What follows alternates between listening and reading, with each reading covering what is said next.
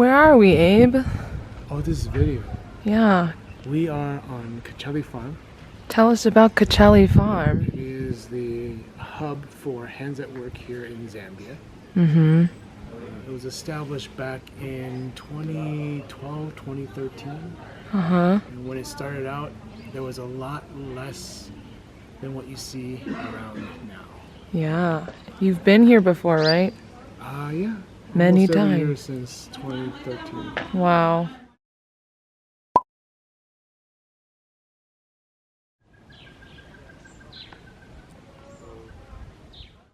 Wow. Thanks for sharing. And what are we doing today, Abe?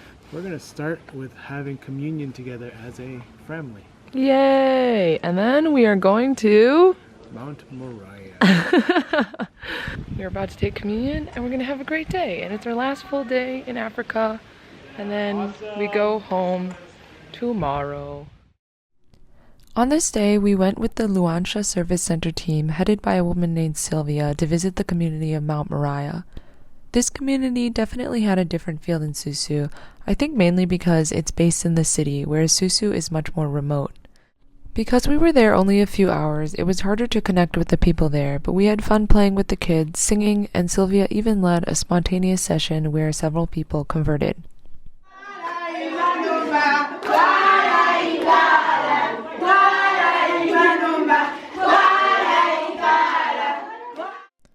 Back at Kachali, the kids of the missionary families took us around the farm, showing us the livestock and the way they live here.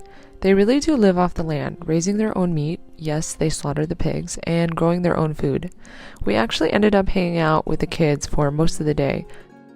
I also want to say here that the hands at work people we met in Zambia were really so special.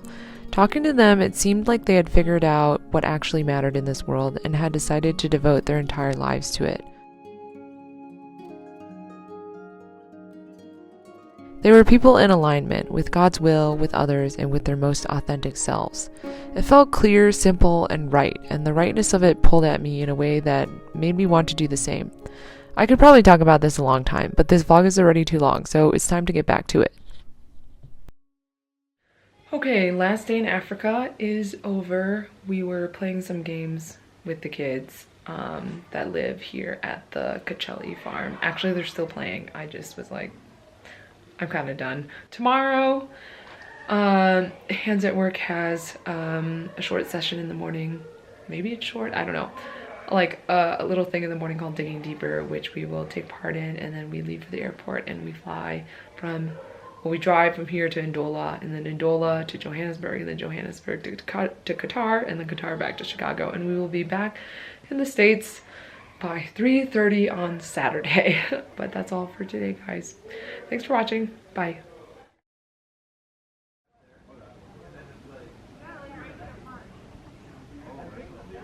It is last day in Africa. We started this morning with the Hands at Work people in a little short session called Digging Deeper, where we shared a little bit of our experience here and then heard a word from a Hands at Work person.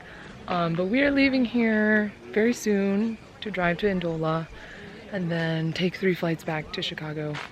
It's been such an incredible time. It's so hard to explain like the impact of this trip, but hopefully I can talk a little more about it later. And you'll see a bunch of footage from this whole trip. I've taken so much, and I hope you guys can get just a little bit of a taste of what it was like to be here.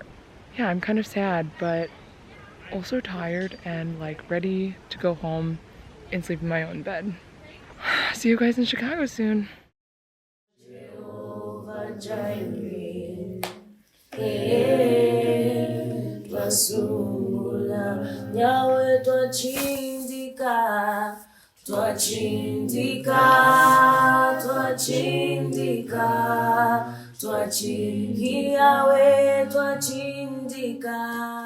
Alright guys, we're wrapping up this series of vlogs.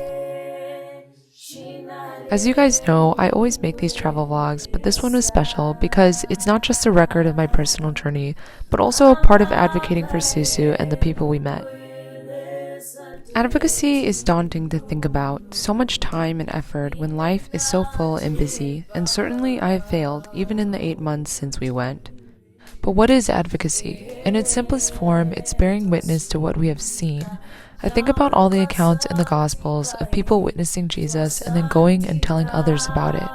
It's just a natural response to beholding God's glory.